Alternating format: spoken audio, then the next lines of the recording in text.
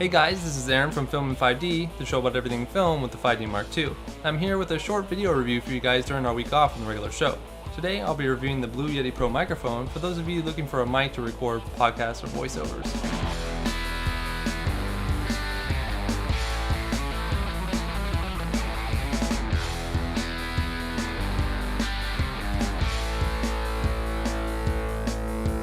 Okay, let me just start off by saying that the following is completely my opinion. Any and all reviews I do on the show are of products I personally endorse and own. Sometimes I get asked to review a particular product, but whether I'm paid or not, I always give my honest opinion.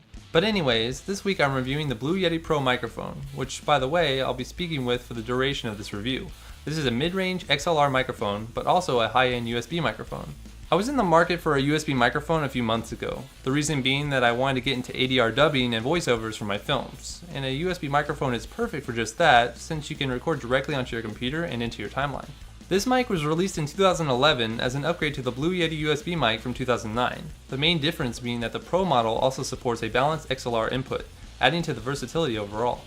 This version also supports up to 192 kHz sampling, which is great for getting the cleanest audio possible, versus 48 kHz sampling with the lower end model, but the biggest performance boost for my use is the 24-bit depth versus the 16-bit depth on the regular Yeti. Now the 192 kHz sampling is really amazing, but I probably won't utilize it that much, especially since the file size is so much larger, and really it's more for music recording anyway. The real thing I was looking for in a voiceover mic was 24-bit depth, for the purest sound possible, but you're probably asking yourself, why the Blue brand? And I will say this, I've tried a lot of mics over the years, and the Blue mics have always, to me, sounded the closest to real life. A lot of mics out there add effects, like treble for example, within the microphone itself. This type of distortion, while very minimal, is still baked into the final waveform, but the Blue mics I've used, including this one, have essentially no effects added, so that you can choose for yourself the final sound of your clips, not to mention the build quality of these things. I liken this to shooting flat on a DSLR. Yes, you have way more work to do in post, but at the same time, you have much more room to take your audio in the direction that you want.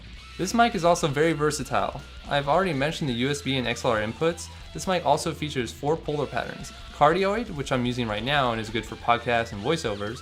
Stereo, which is a bit better for music recording. Omnidirectional, which is great for conference calls or situations where you have multiple people sitting around a single mic. And the fourth being bidirectional, which would be good for one-on-one interviews. For my recordings, I'll probably be using the cardioid exclusively, but I might switch to the stereo for Foley if I don't feel like breaking out my shotgun mic.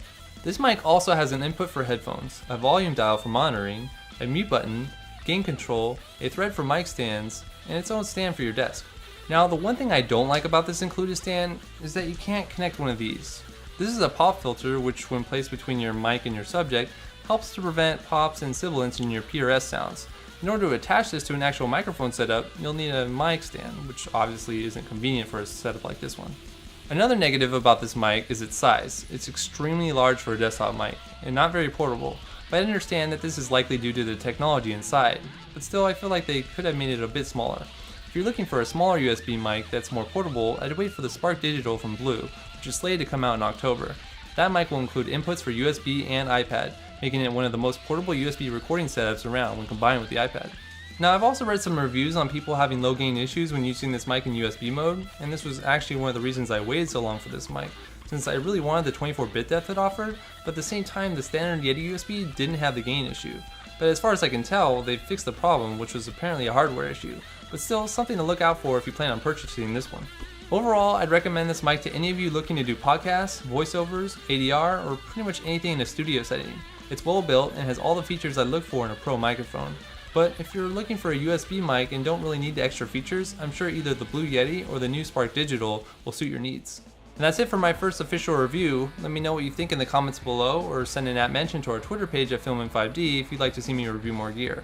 We'll be back next week with a regular show where I'll be doing a tutorial on ADR with this very mic. So, see you then.